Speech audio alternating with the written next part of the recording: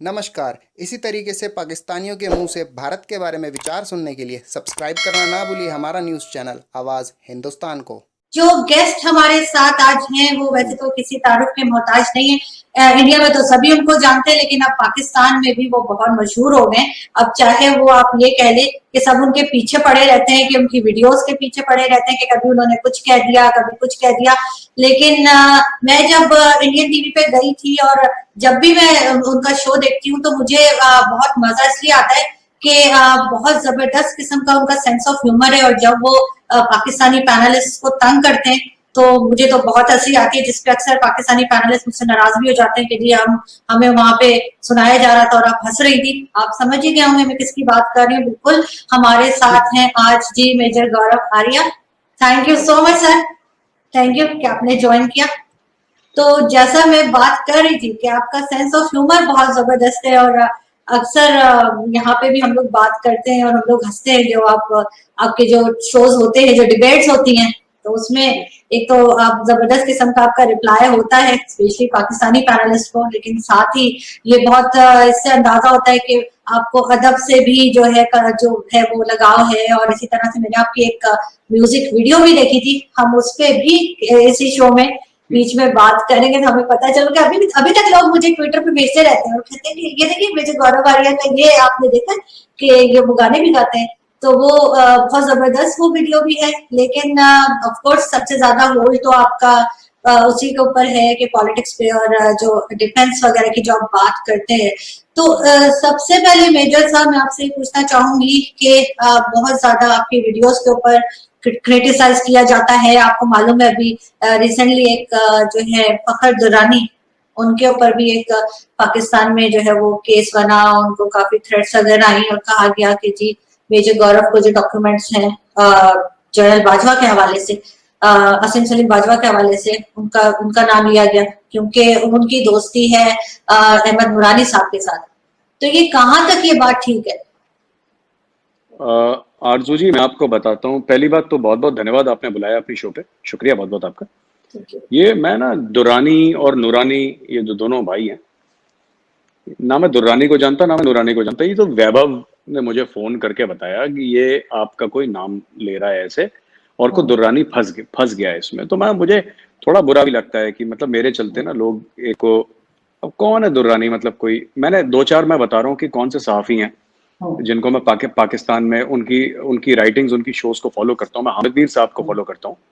मैं ऑब्वियसली मैं हसन निसार साहब का बहुत जबरदस्त फैन हूँ।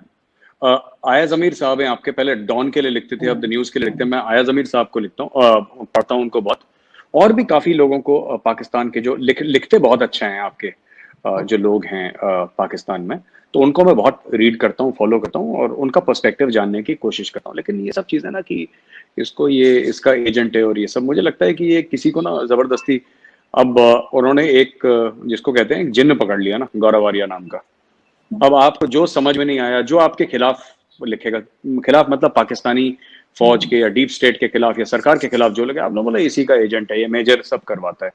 अच्छा, मैं एक सिर्फ आरजू जी एक बात कहना चाहता हूँ, मैं एक टीवी एंकर हूँ, राइट। आपने बोला सेंस ऑफ ह्यूमर अच्छा है, मेरे पास सेंस ऑफ ह्यूमर के अलावा और कुछ है नहीं ज्यादा कि मैं आपको बोलूं कि मैं बहुत ज्यादा एक जबरदस्त टीवी एंकर, ऐसा कुछ भी नहीं है। मतलब आपने देखा है टीवी पे, I am just trying to learn. मैं भी मीडिया में नया नया आया हूँ, तो ना मैं कोई ऐसा कोई टॉप का एंकर हूँ, ना मैं कोई, ये पता नहीं इन लोगों ने कुछ ऐसा करके। और मुझे तो बड़ा अनफॉर्चुनेट सा लगता है ना जब ये दुर्रानी और नूरानी जो है ना, साबरी ब्रदर्स कव्वाल बेचारा, एक नूरानी फंस गया, एक दुर्रानी फंस गया। मुझे तो अब इनको इनके पीछे लोग लग गए हैं। वो मैंने सुना था, वो वीडियो किसी ने भेजा था, वो मतीउल्लाह जान साहब हैं, मतीउल्लाह जान साहब अपना इंटरव्यू कर रहे हैं और उनके वकील हैं, एक वकील से बात कर रहे हैं और उनसे ये सब चीजें, तो इट्स वेरी अनफॉर्चुनेट। मैंने तो कभी सोचा नहीं था कि ये सब होगा।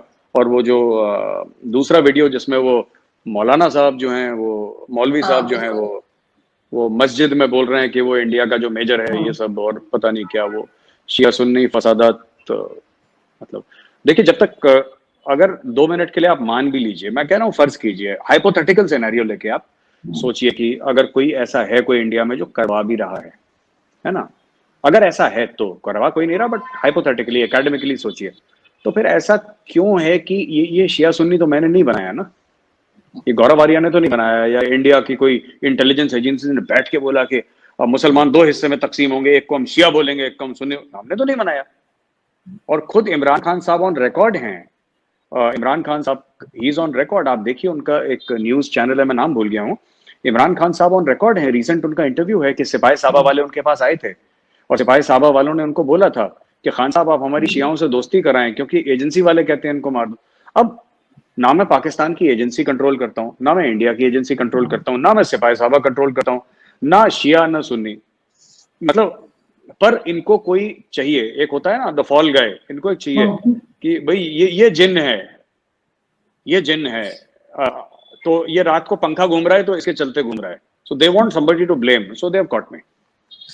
लेकिन ये चीज क्रिएट भी तो शायद आपने खुद ही की है ना। आप इस तरह से डॉक्यूमेंट्स दिखाएंगे अपनी वीडियोस में, आप बात करेंगे हाफिज सईद की, आप इस तरह की एफएटीएफ की बात करेंगे, या बलूचिस्तान की अगर आप बात करते हैं तो आप अक्सर कहते हैं कि जी वहां पे इंडियन आर्मी को, इंडियन गवर्नमेंट को अटैक कर देना चाहिए। तो ये नेगेटिव चीजें तो आपने खुद ही क्रिएट की है ना अपने लिए, वरना आप कोई ऐसी बात भी कर सकते थे जिससे लोग आपको मतलब पसंद करते, लोग चाहते कि आप यहाँ पर आए। अब तो उल्टा आपके पुतले जलाए जा रहे होते हैं, तो वो मुझे खैर देख के अफसोस ही होता है, क्योंकि as long as I know you are wonderful person. लेकिन फिर वही बात है कि बिल्कुल मौलाना साहब की भी आपने जिक्र किया, लेकिन उनको भी मेरा ख्याल है वो आपको जानते भी नहीं, क्योंकि उन्होंने आपका नाम नहीं लिया, वो सिर्फ यही कहते रहे कि कोई मेजर है और इस तरह से करके।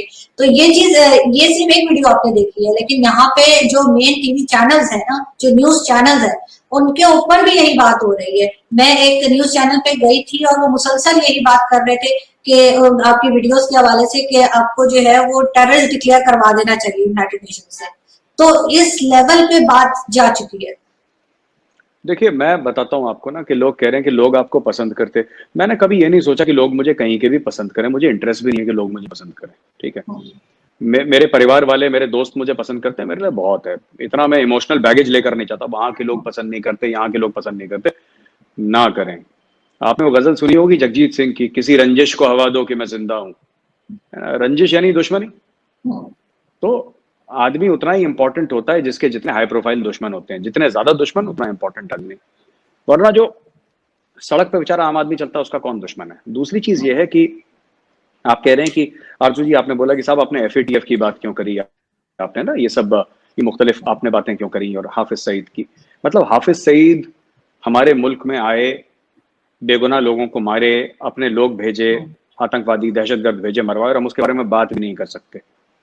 हाफिज सईद जो कि यूनाइटेड नेशन से डिक्लेयर्ड एक टेररिस्ट है, उसकी ऑर्गेनाइजेशन प्रोस्क्राइब्ड है, वो आज की तारीख में भी पाकिस्तान में है और वो पाकिस्तानियों के लिए हीरो है। परवेज मुशर्रफ साहब ऑन रिकॉर्ड है, आप देखिए, वजाद खान का इंटरव्यू है जिसमें उन्होंने बोला है कि लश्कर तैयबा हमारी हीरो है, ओसामा बिन लादेन हमारा हीरो है। तो जो यूनाइटेड नेशंस से ग्लोबल टेररिस्ट डिक्लेयर्ड है, जो अमेरिका से ग्लोबल टेररिस्ट, दुनिया से ग्लोबल टेररिस्ट डिक्लेयर्ड है, वो पाकिस्तान का फॉर्मर आर्मी चीफ और प्रेसिडेंट कहता है कि भाई ये हीरो है पाकिस्तानी कौम का। और एक इंडिया में बैठा सा एक अदना सा छोटा सा एंकर, जिसकी इंडिया के टॉप 100 एंकरों में गिनती नहीं आती, टॉप 10 तो भूल जाइए, टॉप 100 में जिसकी गिनती नहीं आती बेचारे की, उसने यूट्यूब का वीडियो बना दिया तो पूरी कौम का दुश्मन बन गया। ये आपको लॉजिकल लगती है बात?